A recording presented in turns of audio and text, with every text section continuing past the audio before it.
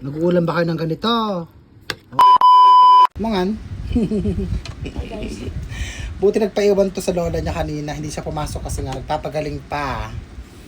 Nagre-recover pa ang lolo. Lolo. Bakit nga? Naku, maligo ka na bukas, anak.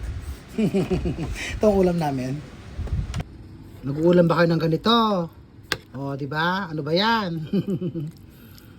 Itlog na pula, kamatis at sibuyas. Yan lang, wala akong maisip ng ulam. At yung tira ko kahapon, hipon. O, di ba? Pak na pak.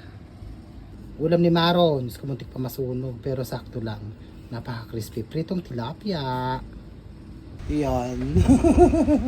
Ano tayo? Wala, ayan. Ba't tinago?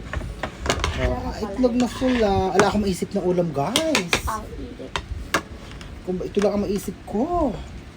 Anong ulam niyo dyan? Patakulot. Buti napuntahan ko lahat ng pasyente ko ngayon.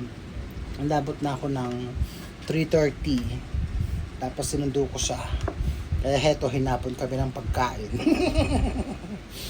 3:30 na tapos yung pagpapasyente ko. Umalis ako dito is 7:30 yata.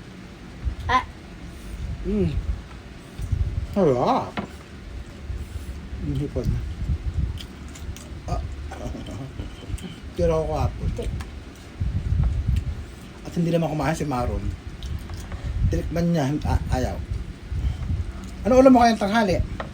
Ito. Saan ka bumili? Yung sumilala. Yung luto? Ganito rin? Ano sabaw? May butter. Hindi Tama. mo bago yun. May sabaw? Tanghali, itlog. Tsaka, No. ano yung pangalan doon? Nung dala mo, hindi. Minam. Hindi. Paano ayaw niya umuwi sa abas? Paano yung lolo niya inom na inom? Hindi na ito inom.